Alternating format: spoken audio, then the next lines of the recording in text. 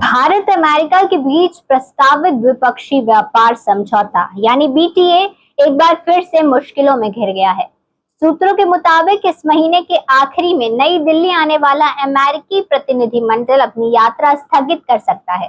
पहले से तय छठा दौर 25 से 29 अगस्त तक होना था, लेकिन अब इसके टलने की पूरी संभावना है और यही वजह है कि इस अहम समझौते की राह और लंबी होती दिख रही है।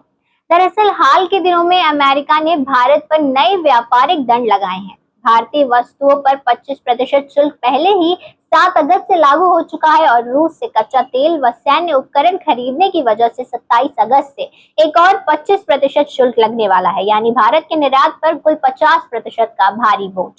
अमेरिका लगातार दबाव बना रहा है कि भारत कृषि और डेयरी सेक्टर में बाजार खोले, लेकिन भारत ने साफ कहा है कि किसानों और पशुपालकों की रोजी रोटी पर कोई समझौता नहीं होगा।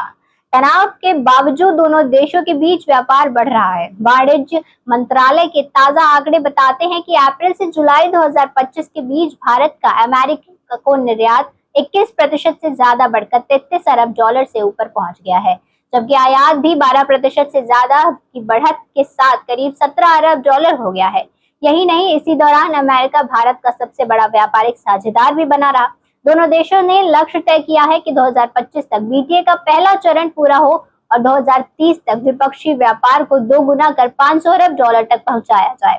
लेकिन राष्ट्रपति डोनाल्ड ट्रंप के नए टैरिफ के बाद प्रधानमंत्री नरेंद्र मोदी ने लाल किले से साफ ऐलान किया कि भारत के किसानों, मछुआरों और पशुपालकों के खिलाफ कोई भी हानिकारक नीति हमें मंजूर नहीं। उनके अधिकारों की रक्षा के लिए मोदी दीवार की तरह खड़ा रहेगा।